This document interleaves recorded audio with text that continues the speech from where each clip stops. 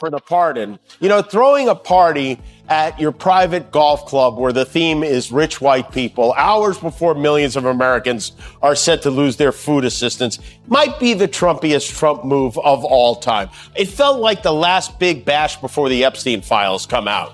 The great Fatsby weighed in on the SNAP funding fiasco on his Twitter platform, Truth Social. He wrote, "I do not want Americans to go hungry just because the radical Democrats refuse to do the Epstein files." The gaslighting has reached a fever pitch as Trump cuts off the supply of food to children, families, senior citizens, etc. But Mike Johnson, the Speaker of the House, wants you to know, just because they're cutting off your food and want to cut off your health insurance, that doesn't... Jimmy Kimmel isn't just a late-night host anymore. He's become the nation's unofficial after-hours therapist. Night after night, he takes the political turbulence of the day, puts it through a filter of sharp humor, and turns it into something we can laugh at. The newest episode in this never-ending Democratic drama features an unexpected duo, Donald Trump and Mike Johnson. One thrives on chaos. The other is the picture of polite compliance. Together, they make the political landscape feel like a mashup of The Apprentice and a Sunday school lesson. Ticket sales hasn't discouraged the tantrum of the opera one bit. He took a break from posting photos of the new Lincoln toilet to brag about his new Trumpified Kennedy Center. He wrote, "It is really looking good. The exterior columns, which were in serious danger of corrosion if something weren't done, are completed and look magnificent in white enamel." I don't know. He also said white enamel looked magnificent on his son's dental caps. So, sir, could you turn down your teeth a little bit? Yeah, we're talking about conditions to this disaster. Look, there are natural disasters, but there are man-made disasters as well. And which one are you? Trump is a headline, the spectacle, the blazing comet that somehow never burns out. He storms into every news cycle the way a rock star barrels into a hotel lobby. Loud, theatrical, and guaranteed to leave some level of destruction behind. And trailing just a few steps back is Mike Johnson, smiling gently like someone who accidentally clicked the wrong Zoom link and figured he might as well stick around. Kimmel doesn't have to exaggerate any of this. The material practically performs itself. You have F. Sharp Fitzgerald lapping it all up with his sidekick, little Marco Rubio. Look at Marco Rubio. It's rare you get to see a photo of someone at the precise moment their soul exits their body. There were all manner of colorful outfits at the party, including this guest who showed up in a prison jumpsuit. It wasn't a costume. The contrast is impossible to ignore.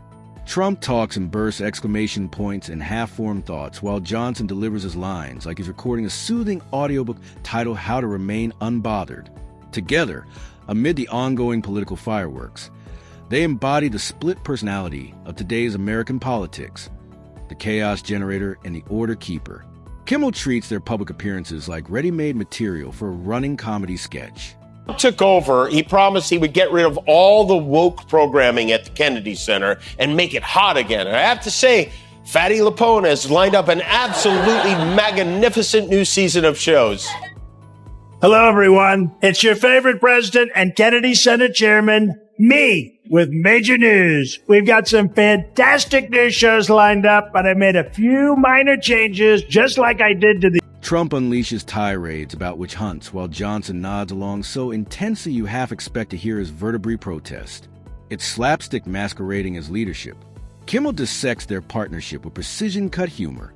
Trump isn't looking for teammates. He wants devotees. Johnson, meanwhile, approaches politics like a group assignment where the noisiest kid keeps eating the glue. Are you going to meet with Democratic leadership? I'm always going to meet. All they have to do is open up the country. Let them open up the country, and we'll meet. We'll meet very quickly. But they have to open up the country. It's their fault. Everything is their fault. That's right. The buck stopped. It's reliably chaotic whenever Kimmel's monologues zoom in on the absurdity of each photo op and Trump's fixation on crowd sizes. Trump stands there glowing like a neon billboard advertising his own greatness, while Johnson tries to project quiet humility beside him. Together, they look like two performers who never got the memo that running a government isn't the same as doing improv. He threatened to delay SNAP benefits to the 42 million Americans who need them until the shutdown is over. And then his press secretary had to go out there and walk that back because he legally can't do it. It really is amazing. The president says one thing, the White House says another entirely different. It's like the one hand doesn't know what the other tiny, bruised, makeup-covered, greasy, genitalia-grabbing, Sharpie-stained... Every time Johnson tries to position himself as the moral compass, Trump immediately flips the whole map upside down. Kimmel loves highlighting that rhythm. A sermon from Johnson, a slogan from Trump, a sudden twist.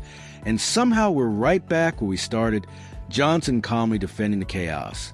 Kimmel calls it faith-based disaster management. The comedy practically performs itself because their styles clash so dramatically, yet move in perfect sync. Trump creates the headlines. Johnson supplies the footnotes that try to explain them. Then there's Trump's never-ending campaign trail, a roaming spectacle that doubles as Kimmel's favorite comedic playground. The lights, the chants, the catchphrases. It's part pep rally, part reboot of a reality show. Kimmel jokes that the rallies feel like family gatherings where facts lose their invitation. And when Johnson joins in, he looks like he's trying to harmonize with a thunderstorm. The whole production is pure theater. Trump's showmanship pulls a crowd in, while Johnson's solemn demeanor unintentionally lends a veneer of respectability. Kimmel plays with that contrast like it's a musical instrument. He shifts from Trump's booming bravado to Johnson's gentle scripture-infused tone, turning them into the country's oddest duet. One bellows, "I built everything," while the other quietly assures he means well. It's not a mockery of faith or fame. It's a critique of how both are packaged, polished, and sold in prime time. You would think, as people living in an area prone to wildfires, we'd get a bit more sympathy from an elf who lives in a hollowed-out tree, but that doesn't fly in Magaland, I guess. Mike Johnson's such a little kiss-ass. I've been trying to figure out who he reminds of. I think it's this guy, yes. The takedown happens quickly. Kimmel plays a clip, cuts to a perfectly blank stare, and then fires off punchlines like he's tossing handfuls of confetti. It's like watching a hurricane ask a gentle Sunday breeze for emotional backup. He quips, and the audience erupts because it rings so true. Johnson's restraint only amplifies Trump's chaos. Together, they prove that in today's politics, contradiction isn't a flaw, it's the feature. Kimmel argues that Trump's real superpower is revising his own past at lightning speed, faster than anyone can fact-check it. Every declaration somehow becomes a prophecy fulfilled after the fact. Johnson's talent, by contrast, is nodding with the solemnity of a man agreeing with the sky during a thunderstorm. Kimmel jokes that if Trump ever claimed he invented light itself, Johnson would host a candlelight vigil just to mark the moment. Ultimately, the jokes always come back to America's hunger for spectacle. Trump speaks in bold, ready-made memes. Johnson communicates in soft, careful metaphors. Yet both land on the same stage, promising stability while performing chaos. Kimmel frames their dynamic not as a partnership, but as a balancing act. One markets outrage, the other markets absolution.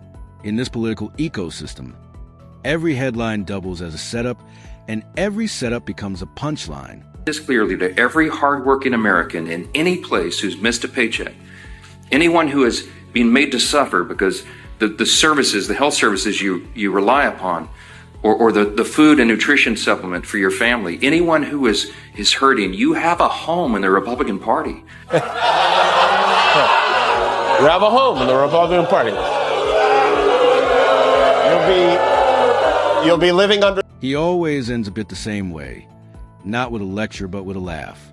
And the audience laughs with him, not at anyone's beliefs or ambitions, but at the sheer theatrical spectacle unfolding in front of them.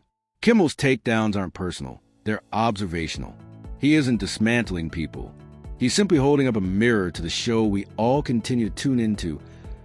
Kimmel doesn't need elaborate props to explain the odd chemistry between Trump and Johnson. A few clips are enough. Trump booming from the podium like a carnival announcer at maximum volume, and Johnson standing behind him, nodding as if witnessing divine truth, instead of listening to a man comparing himself to Lincoln. The contrast is so razor-sharp it could slice glass. Kimmel just traces the outline. The audience applies the laughter that I end Kimmel's universe. The Trump-Johnson duo isn't a political partnership. It's an accidental buddy comedy renewed for another season. The format never changes. Trump improvises wildly. Johnson translates sincerely. Together, they produce sound bites that defy both logic and the limits of a microphone. It's the classic loud guy / quiet guy trope. Only this time the loud one is a private jet, and the polite one believes he's assisting the march of history. Person has to be to cut off food to 42 million people. It's the kind of thing that makes you go, oh, no wonder his kids are like that. The guy who never missed a Happy Meal in his life is deciding who gets to eat in this country. So after a federal court ordered them to do it, the Trump administration agreed to pay half the benefits, which is not. Kimmel likes to call Johnson the human necktie, neat, professional, and instantly flung around the moment Trump starts speaking. There's something oddly charming about Johnson's earnestness, as if he genuinely believes that with enough prayer and polite phrasing, he can turn a political hurricane into a gentle breeze. Kimmel isn't mocking the faith behind it. He's poking fun at the idea that anyone could calmly negotiate with a storm. Whenever Johnson defends Trump, it's like watching someone convert chaos into a PowerPoint deck. Trump insists it's all rigged, and Johnson answers with soothing. What he means is he cares deeply about fairness. It becomes the most unintentionally comedic duet since the invention of karaoke. Kimmel imagines Johnson trailing behind Trump with a broom, sweeping up whatever metaphors fall off the stage. And when Trump talks about loyalty, Kimmel highlights the irony. Trump demands allegiance like a monarch who's thrown his bill entirely out of online polls, while Johnson treats it like a spiritual assignment. Stay close, offer guidance, sprinkle forgiveness. Kimmel calls it the strangest outreach program on earth. A devout man ministering to someone who seems convinced he already owns a stake in heaven's property. The fact of the matter is, the only man-made part of this disaster is the climate change part of this disaster, which Mike's party pretends does not exist, even though they're having snowball fights on Bourbon Street today. There was snow in Louisiana today. They got 9 inches of snow in Florida today. This hasn't happened in 70 years. A blanket of snow covered the beach, the Florida Panhandle. There was snow from Tallahassee to Pensacola. Children were voluntarily being swallowed by alligators. Trump's words are fireworks. Johnson's are smoke signals. One can't tolerate a pause. The other treats silence like punctuation. Watching them together is like witnessing a marching band rehearse in a library. Sound and tension battling for dominance. You know the nation is in a peculiar state when one man quotes the Constitution while the other quotes himself. Kimmel turns their dynamic into a metaphor for America's political split personality, the preacher and the performer. Trump appeals to the crowd's gut. Johnson speaks to its conscience. The only real compass between them is the direction of the cameras. When Johnson tries to mediate, Kimmel captures a hilarity in real time. It's like someone attempting to referee a thunderstorm. Trump throws grievances like confetti. Johnson counters with prayers for unity. Their relationship thrives on contradiction. One man shouts about witch hunts. The other nods as if it's written in scripture. Kimmel frames them as the ultimate odd couple. One sees enemies at every turn. The other sees lessons. You know, there's a commission that's supposed to review projects like this, preferably before they happen. It's called the Commission of Fine Arts. Their job is to oversee new federal architecture, or it was anyway. Trump fired all of them. They were supposed to advise the president on matters of design and aesthetics to preserve the dignity of the nation's capital. But this is Trump's idea of dignity. But Kimmel isn't just laughing at personalities. He's laughing at the theater of power itself. He highlights how both men, in their own ways, thrive on the same thing, attention. Trump feeds on chaos and volume. Johnson feeds on approval and affirmation. Both crave applause, just at different decibels. The visual comedy never stops. Trump at the podium, arms flailing like you're conducting an orchestra of chaos. Johnson behind him, face fixed in the universal expression of polite panic. Then come the contradictions, Kimmel's favorite bit. Johnson's calls for civility always follow Trump's 3 a.m. social media rants. Kimmel times it perfectly, like tidying a house while a tornado rages inside. The punchline lands because it's true. Johnson keeps reframing Trump's antics as leadership, even when it's clearly improv gone feral. Even Trump's greatest hits, the record economy, the biggest victories, the most unfair treatment, get new life under Kimmel's scrutiny. Johnson's unwavering support becomes part of the gag. Every boast is met with solemn nodding, as if Johnson has just witnessed a new commandment that's not mockery of faith. It's mockery of the blind confidence politics rewards. 60 Minutes last night, he is desperate to try to blame this shutdown of his on the Democrats. We are now approaching the longest shutdown in American history. Democrats' fault. He blurted that out like he's playing Name That Tune or something.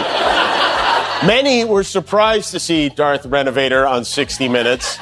You know, 1 year after suing 60 Minutes for editing an interview, Trump sits down with 60 Minutes for an editing. As the clips keep rolling, Kimmel sharpens the focus.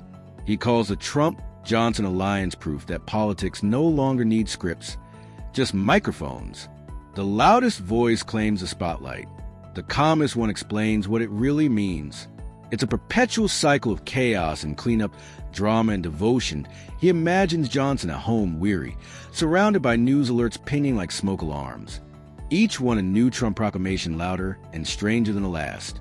Johnson sits there like a teacher grading homework written entirely in crayon, bright, loud, and missing half the alphabet.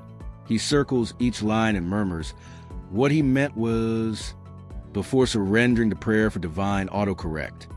Meanwhile, somewhere Trump is declaring himself the greatest at something no one asked about, and Johnson is quietly turning it into a devotional on leadership. Kimmel paints it so vividly you can see it. Johnson clutching a Bible in one hand, a metaphorical fire extinguisher in the other, watching another blaze erupt on live